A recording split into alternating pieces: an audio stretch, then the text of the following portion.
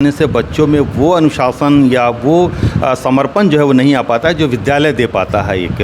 तो इसीलिए हम लोगों ने सोचा कि विद्यालय बच्चे जाएं और विद्यालय से जो समय बचता है उस समय में हम लोग कोचिंग का इस्तेमाल करें तो ज़्यादा बेहतर, ताकि दोनों का लाभ उनको मिले। अभिभावकों से हमारा अनुरोध होगा कि हमको सहयोग करें और बच्चों को दोनों जगह का लाभ लेने दें।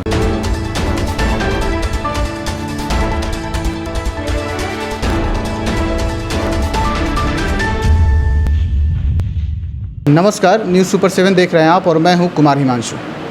कहा जाता है कि एक अच्छी शिक्षा के बदौलत ही हम एक अच्छे समाज की कल्पना कर सकते हैं, और ऐसे में हमारे साथ मौजूद हैं रोहतास ज़िला शिक्षा पदाधिकारी सर, और हम लोग इनसे बात करेंगे। चूँकि एक नोटिस जारी किया गया है जिस नोटिस में ये कहा गया है कि जो 6 से लेकर के 12 तक के जो कोचिंग संस्थाएँ चलती हैं पूरे दिन भर, तो उस पर कहीं ना कहीं समयावधि को लेकर के एक विराम और लगाम लगाने का काम किया गया है कि आप सुबह 8:30 से शाम 4:30 बजे तक कोचिंग संस्था जो बच्चे विद्यालय में जाते हैं उनको उस समय तक आप कोचिंग को अपना स्थगित रखें, और उसके बाद का जो समय होता है आप उसमें पढ़ा सकते हैं।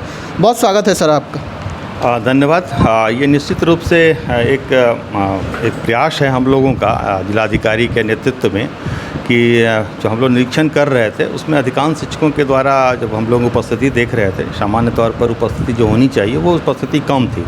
तो एक कारण मुख्य रूप से गिनाया जा रहा था शिक्षकों के द्वारा कि सर कोचिंग संस्थान जो कि अगल बगल पोषक एरिया में काफ़ी मात्रा में खुले हुए हैं और वो उनका टाइमिंग जो है वो हमारे विद्यालय के टाइमिंग से मैच करता है, जिसके कारण बहुत सारे बच्चे जो है वो स्कूल नहीं आ पाते हैं। तो इसको ध्यान में रख करके कि कोचिंग भी हमारा संचालित रहे और हमारे बच्चे भी प्रॉपर स्कूल का जो शिक्षा है उसे भी ग्रहण करेंगे। स्कूली शिक्षा क्योंकि बेस होता है बच्चों का, और स्कूली शिक्षा बेस होना बहुत ही ज़रूरी है, क्योंकि जब तक स्कूल नहीं जाएंगे बच्चे, जब तक उन्हें अपने आगे का जो अनुभव है वो उन्हें प्राप्त नहीं हो सकता, अनुशासन वो नहीं आ सकता है। तो ये स्कूल के गुरुजन के सहयोग बहुत ही ज़रूरी है।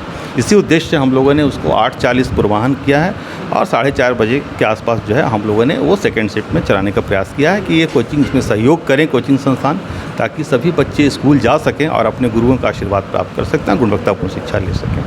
सर ऐसा देखा भी जाता है कि जब बच्चे प्रारंभिक अवस्था में होते हैं, चाहे हम लोग बाल्यकाल की बात करें, तो वो विद्यालय जाते हैं और विद्यालय से समावेशित हो करके नई नई चीज़ों को वो ग्रहण करते हैं। तो और ऐसे में कुछ संस्थान या जो भी हमारे यहाँ कोचिंग सेंटर चलते हैं सर, उनको बच्चे उस संस्थान में जा कर के और विद्यालय में न उपस्थिति होना, ये मतलब कहाँ तक इसमें बच्चे के विकास को प्रभावित करता है? बिल्कुल, मैंने शुरू में ही कहा कि गुरु का आशीर्वाद और विद्यालय से ही वो सब कुछ बच्चों में मिल पाता है जो कि बच्चों को एक आगे सभ्य नागरिक और एक आदर्श नागरिक बनाता है। तो कहीं ना कहीं विद्यालय नहीं जाने से बच्चों में वो अनुशासन या वो समर्पण जो है वो नहीं आ पाता है जो विद्यालय दे पाता है एक।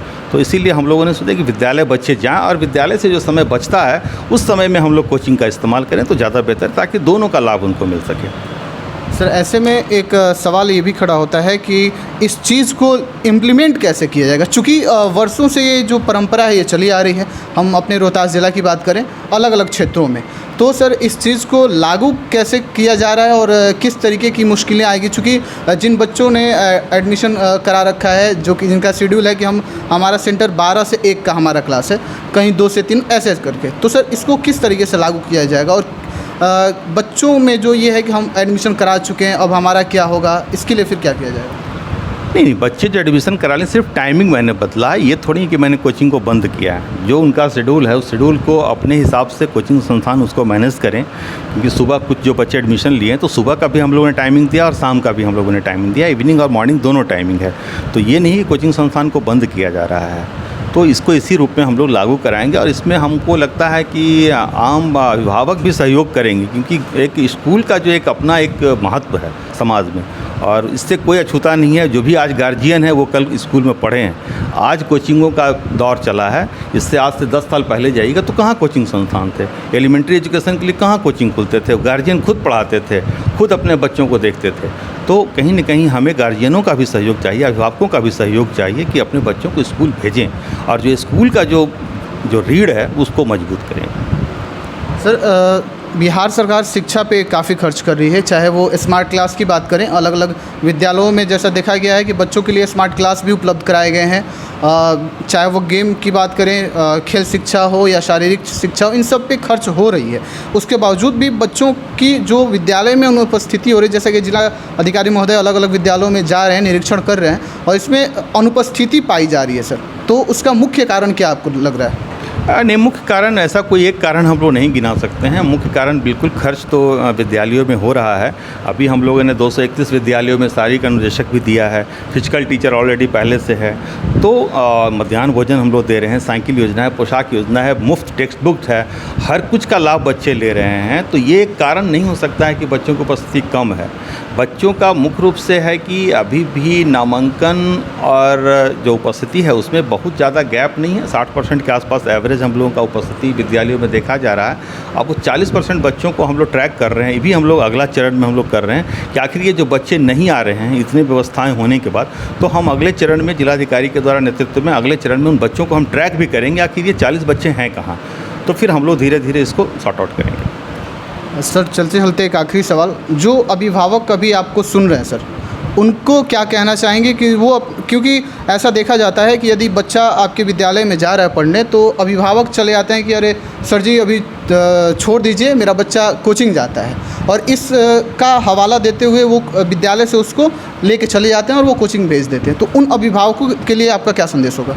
बिल्कुल, मैं तो कह रहा हूँ बार बार कि अभिभावकों से हमारा अनुरोध होगा कि हमको सहयोग करें और बच्चों को दोनों जगह का लाभ लेने दें। बच्चों को उन्मुक्त वातावरण में पहले इतना प्रेशर मत बना दीजिए कि बच्चा को पढ़ने के लिए, कुछ ऐसा होना चाहिए कि बच्चों को उन्मुक्त वातावरण में छोड़िए, गुरुजन के साथ छोड़िए और उसके बाद जो मिलता है उसमें आप उनका लीजिए। तो कहीं ना कहीं हम सहयोग चाहेंगे उनका कि बच्चों को स्कूल में रहने दें। स्कूल के बाद यदि उनको ऐसा लगता है कि आपका बच्चा सही से नहीं पढ़ पा रहा है तो फिर आप उसके लिए बिल्कुल अलग से व्यवस्था कर सकते हैं।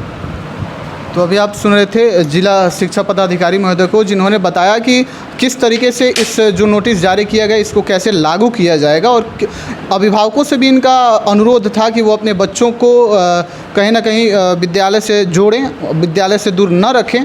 ऐसी ही खबर को देखने के लिए आप बने रहिए न्यूज़ सुपर 7 के साथ। तब तक आप हमें दीजिए इजाज़त। धन्यवाद।